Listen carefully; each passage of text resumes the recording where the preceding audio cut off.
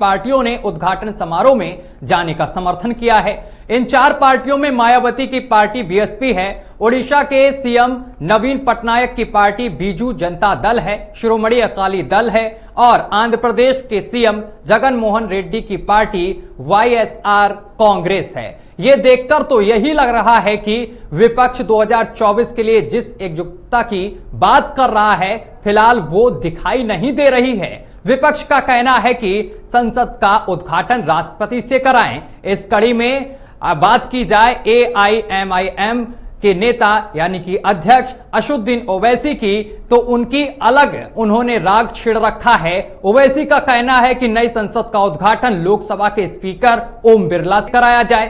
कांग्रेस नेता राहुल गांधी ने ट्वीट करते हुए कहा है कि राष्ट्रपति से संसद का उद्घाटन ना करवाना, ना ही उन्हें समारोह में बुलाना, ये देश के सर्वोच्च संवैधानिक पद का अपमान है। आगे उन्होंने लिखा है कि संसद अहंकार की ईंटों से नहीं, संवैधानिक मूल्यों से बनती है। देखिए, एक अच्छा काम हो रहा है। संसद का उद्घाटन होने जा रहा है, 28 मई को प्रधानमंत्री नरेंद्र मोदी करेंगे, लेकिन विपक्ष के तमाम दलों को यह रास नहीं आ रहा है।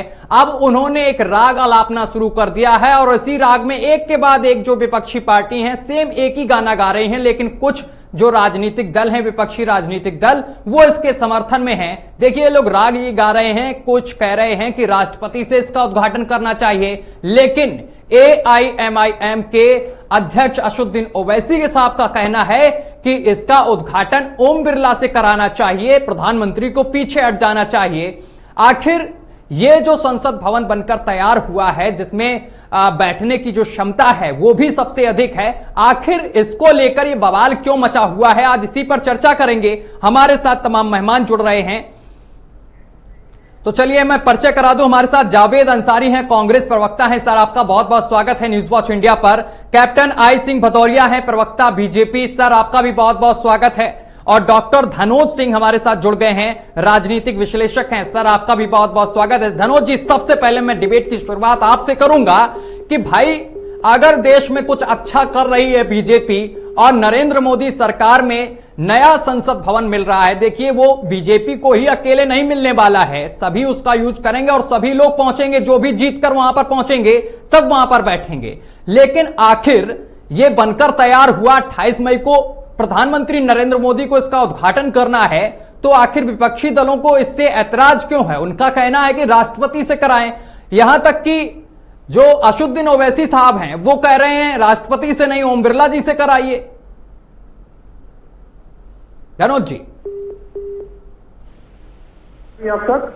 जी धनोज जी, एक बार अपना फ्रेम सही कर लीजिए। बहुत बहुत धन्यवाद। जी जी, बोलिए बोलिए धनोज जी। हाँ, 2 लाइन से शुरुआत करूंगा। सत्यम जी। मर्यादा गढ़ रहा है, सारा जहां पढ़ रहा है। मर्यादा गढ़ रहा है, सारा जहां पढ़ रहा है।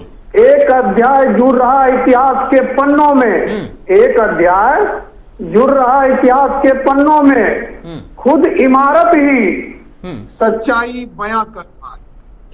देखिए, ये जो हाय तौबा है, ये सपना नरेंद्र मोदी जी का था। ठीक है, एक आजाद मुल्क में आजाद संसद भवन को तैयार, क्योंकि कांग्रेस ने सोचा था, मैं ये नहीं कह रहा हूं, सोचा था, लेकिन मोदी जी ने कहा मैं जिसकी नींव रखता हूं उसका उद्घाटन भी करता हूं। बिल्कुल, उनकी सोच से उनका सपना था। और लोकतंत्र में सबसे बड़ा पद होता प्रधानमंत्री का। जो विपक्ष के लोग जो तरह तरह के डायलॉग और हथकंडे अपना रहे ना, ये पूरे भारत उन पर हंसता है। क्योंकि लोकतंत्र में, भारत में खाते, क्योंकि विश्व का सबसे बड़ा लोकतंत्र है, और लोकतंत्र में सबसे बड़ा प्रधानमंत्री होता है, क्योंकि प्रधानमंत्री के सलाह पे ही राष्ट्रपति काम करते हैं। तो इसलिए यह उद्घाटन का 100% अधिकारी माननीय नरेंद्र मोदी ही है।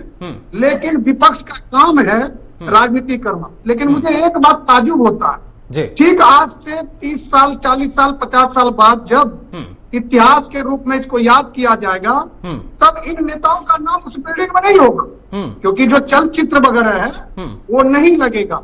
इन लोगों को चाहिए था कि संसद बन रहा है, क्यों बन रहा है, क्यों जरूरी पड़ी, क्या आवश्यकता पड़ा, वो सबों के लिए बन रहा, ना कि सिर्फ मोदी जी अपने लिए बना रहे। अगर एक छोटा सा ऑफिस बना लेते, एक छोटा सा संसद भवन बना लेते, तब जाके ये लोग हंगामा करता तो मैं भी इनके साथ होता।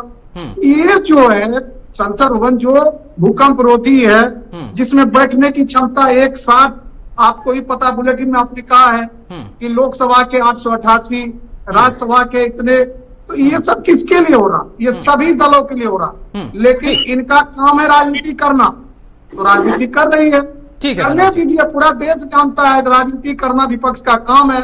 लेकिन वो यह नहीं कह सकता, कबूल नहीं कर सकता कि भाई मोदी जी ही असली हकदार है। ठीक, क्योंकि ये बनाने का उस पीरियड में बनाया, 3 साल लग गया ना इनको, उस पीरियड में बनाया जब हमारे देश में त्राही था, विश्व जो दुख तकलीफ से गुजर रहा था। लेकिन मोदी जी ने दुख तकलीफ भी दूर किया और संसद भवन का बिल्डिंग भी तैयार करवाया।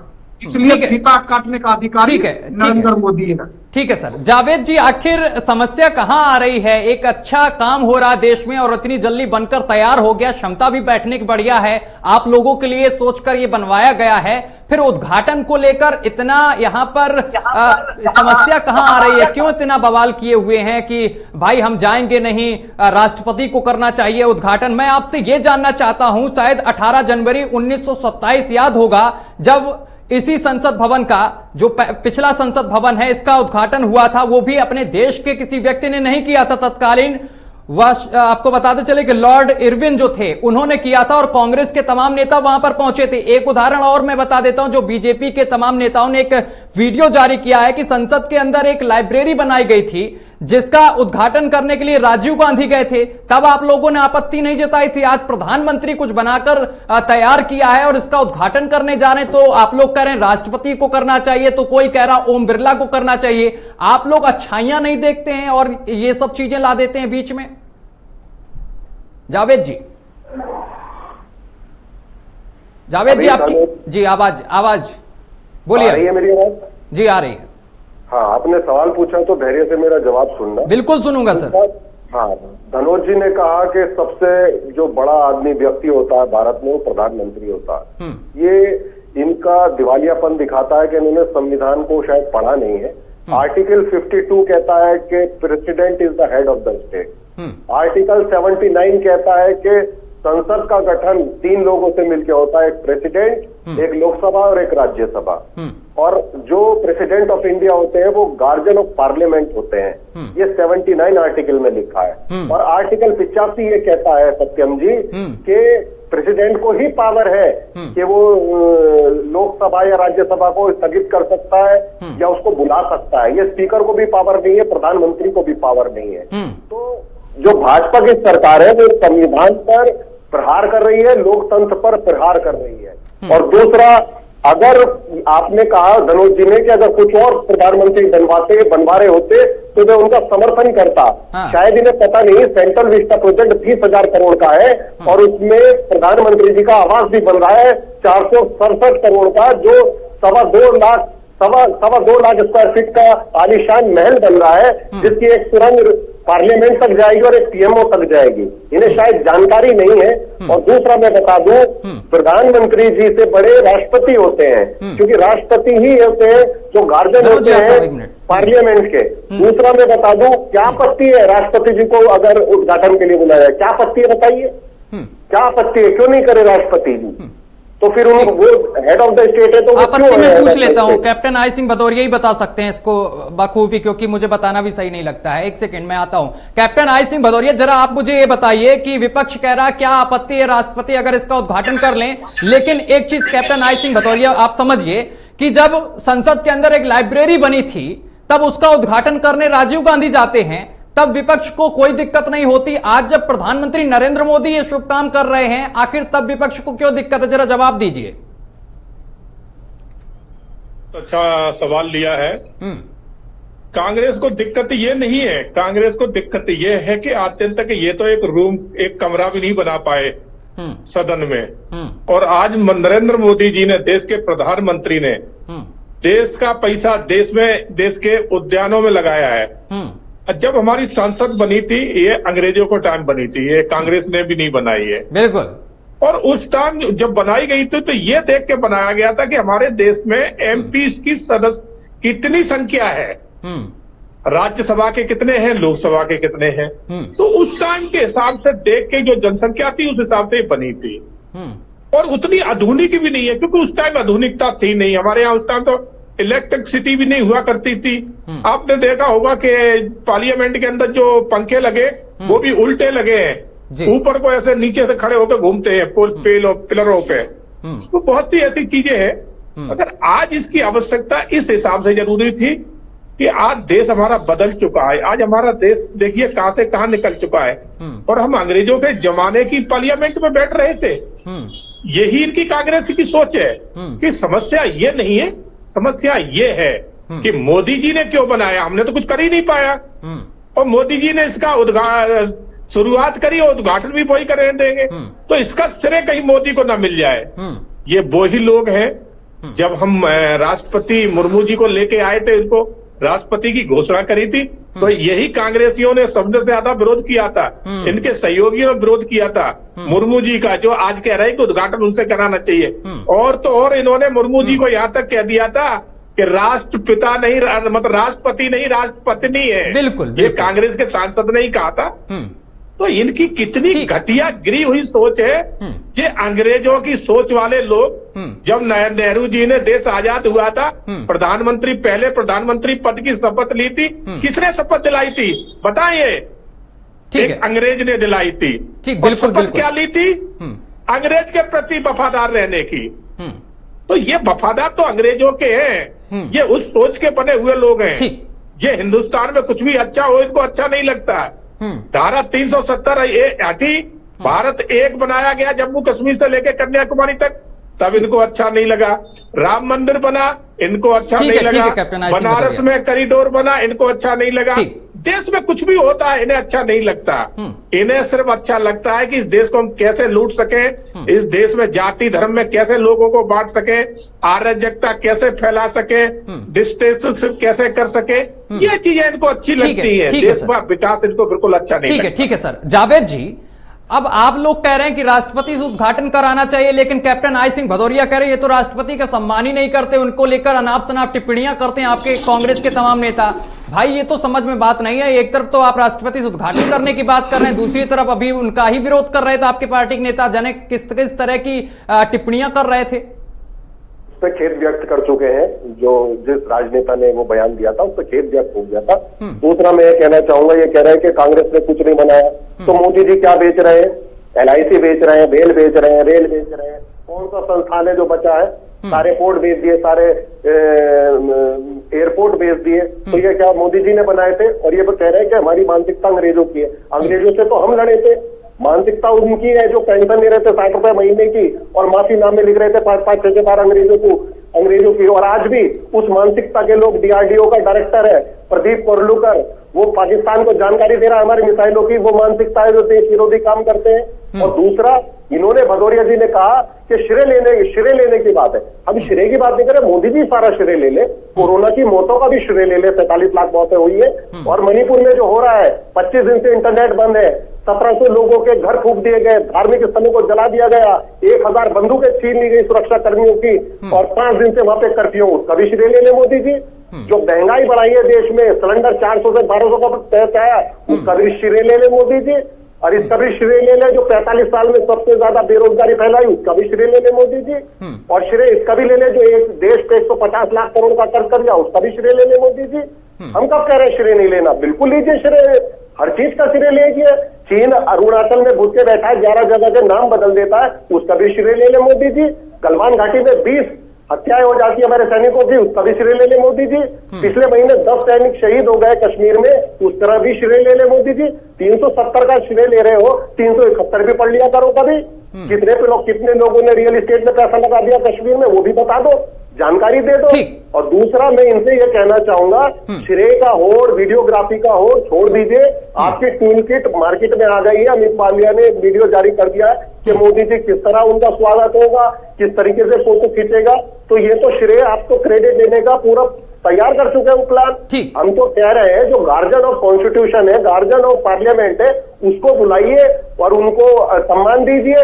आपने केवल वोट बटोरे ट्राइबल लोगों के नाम पे। ये अपमान जो है ये हमारे राष्ट्रपति जी का अपमान है, ये सारी ट्राइबल समाज का अपमान है।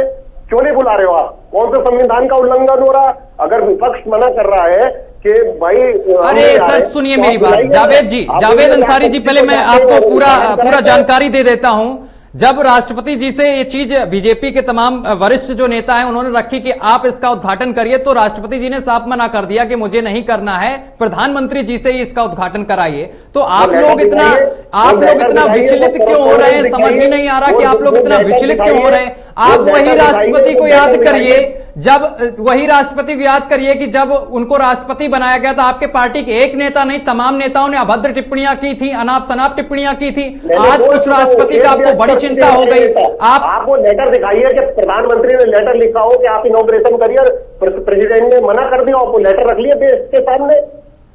तो आप जरा बता दीजिए, इसका जवाब मुझे दे दीजिए कि जो संसद के अंदर लाइब्रेरी बनी थी, तो राजीव गांधी ने क्यों उसका उद्घाटन किया था? राष्ट्रपति से क्यों नहीं करा लिया था?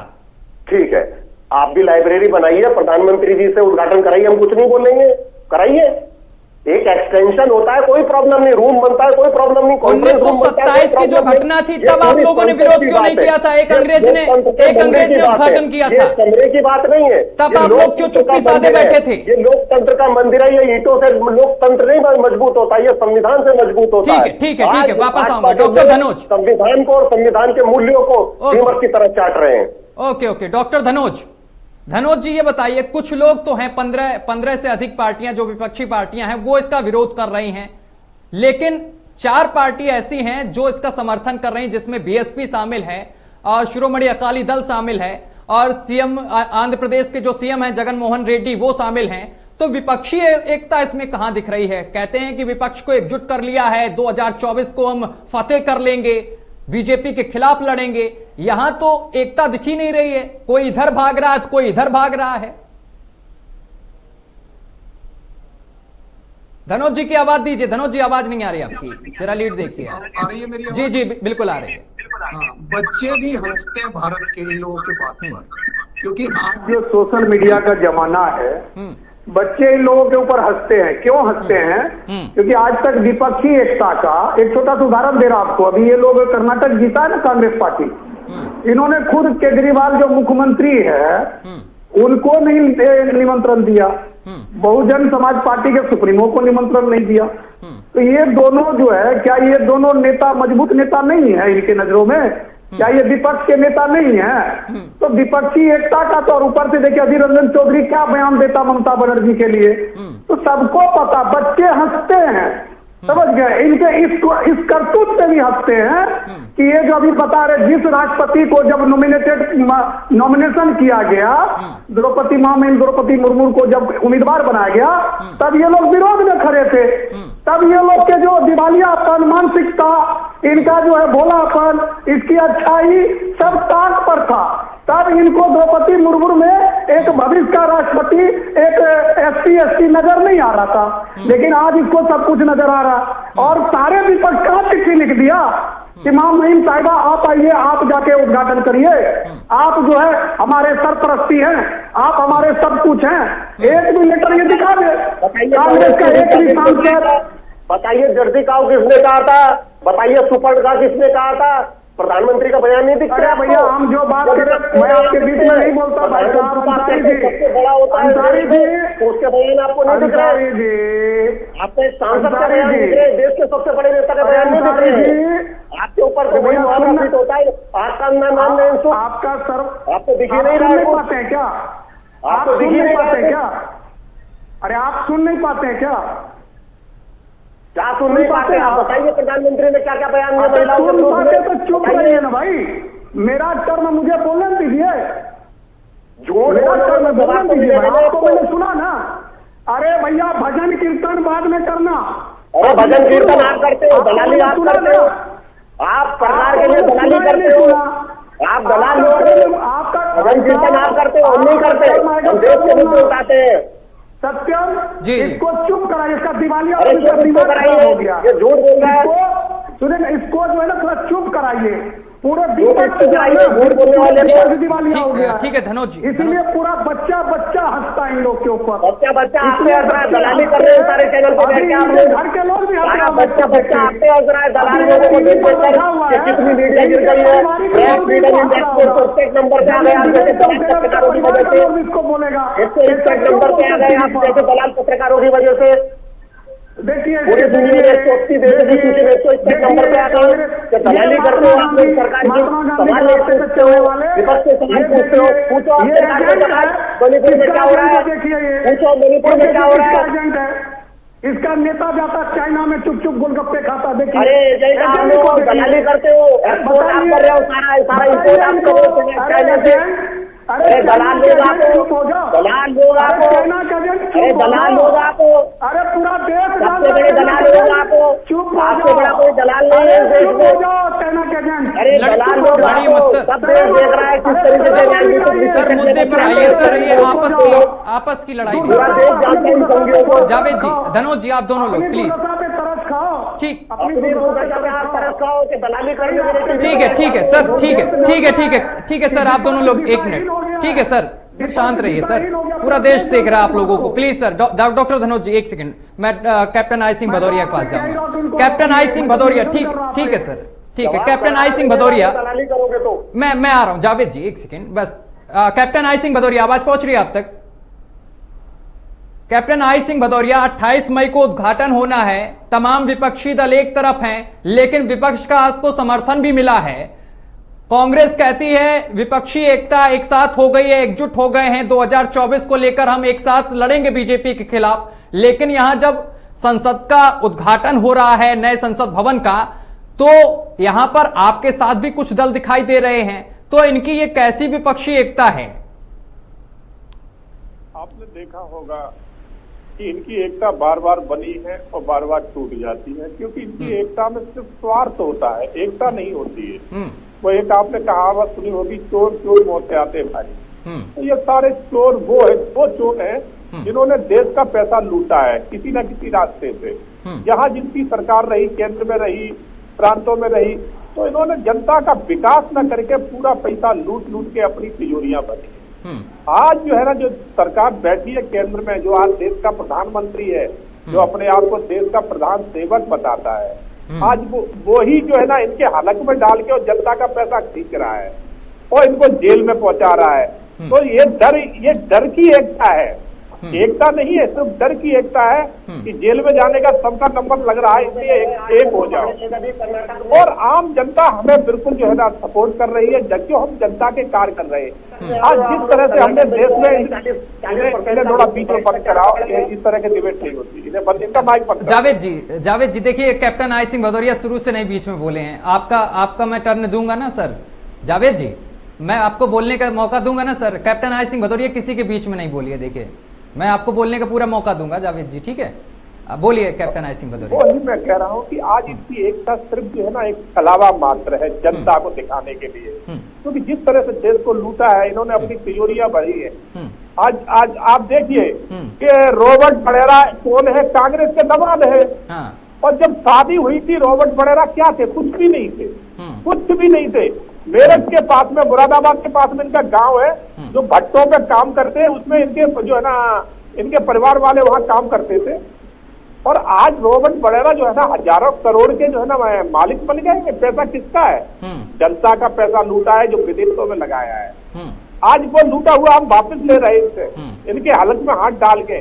तो एकता इसलिए इकट्ठी हो रही है। इसी तरह से बिहार में जहां जनता का पैसा लूटा है, दुनिया भर की, दिल्ली में प्रॉपर्टी बनाई है, बिहार में बनाई है, जॉब के बदले जमीन खरीदी है, आज हम उनके भी हलक में डाल के पैसा निकाल रहे हैं। इसी तरह से अन्य पार्टियां हैं। बंगाल में देख लो आप, जब पार्थ चटर्जी के यहाँ छापा मारा गया तो ट्रक भर के नोट निकले। तो आज वो भी एकता इसलिए हो रही है।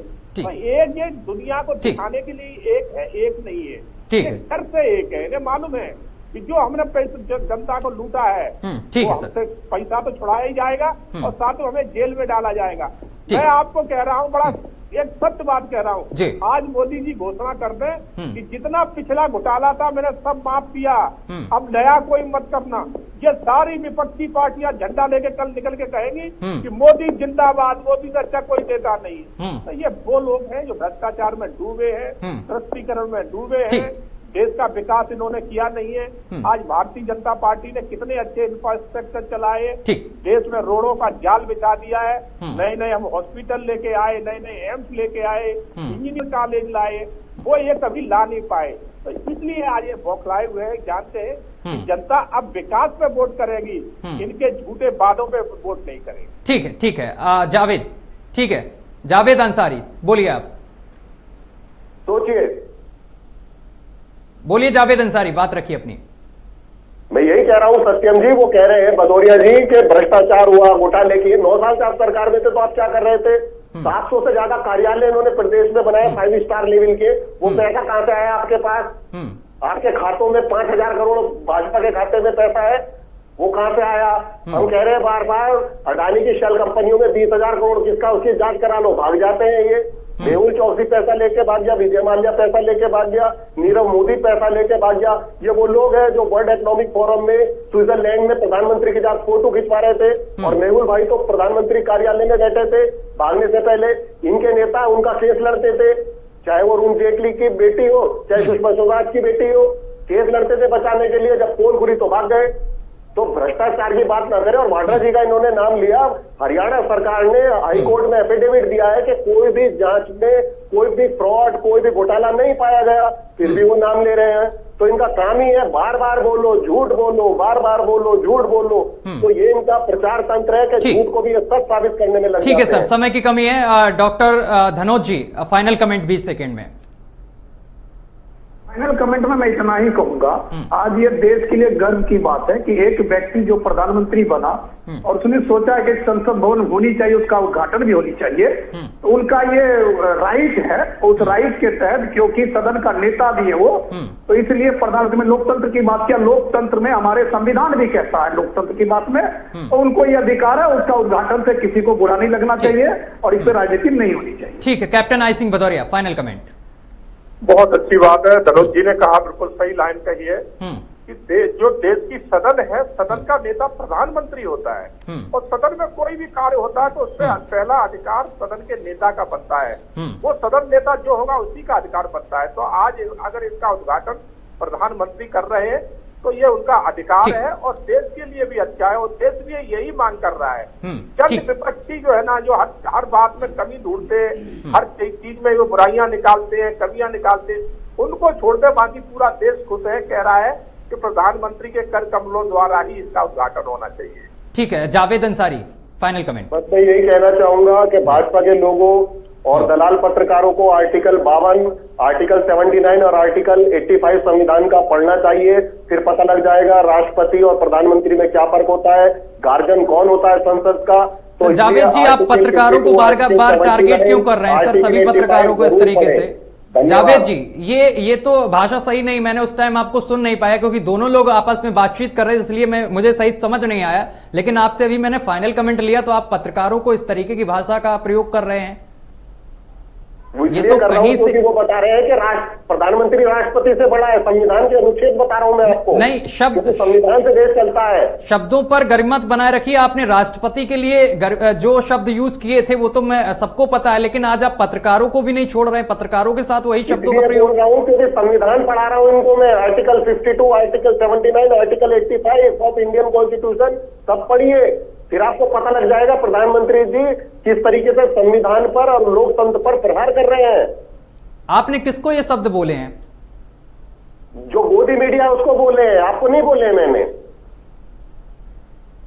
चलिए ठीक है, ठीक है, शुक्रिया आप तीनों मेहमानों का। समय की कमी, माफी चाहता हूं, बहुत बहुत शुक्रिया हमारे साथ जुड़ने के लिए, तमाम बातचीत करने के लिए। तो आपको बताते चले कि नए संसद भवन का उद्घाटन जो होगा वो 28 मई को होगा, और प्रधानमंत्री नरेंद्र मोदी के हाथों होगा, क्योंकि उनका ये ड्रीम प्रोजेक्ट था और वो कहीं ना कहीं पूरा होता हुआ दिखाई दे रहा है। और इसमें पुराने संसद भवन में, नए संसद भवन में आपको बताते चले कि जो पुराना संसद भवन है और जो अब नया बनकर तैयार हुआ है, उसमें जो बैठने की क्षमता है वो बहुत अधिक है और भूकंप रोधी है, यानी कि भूकंप अगर आता है तो इसमें किसी भी तरीके का कोई फर्क नहीं पड़ेगा। फिलहाल इसको लेकर सियासत अभी तेज है। विपक्षी नेताओं का कहना है कि प्रधानमंत्री से इसका उद्घाटन ना करा के राष्ट्रपति से कराना चाहिए। फिलहाल मेरे साथ अभी के लिए बस इतना ही। देश दुनिया की तमाम खबरें देखने के लिए देखते रहिए न्यूज़ वॉच इंडिया।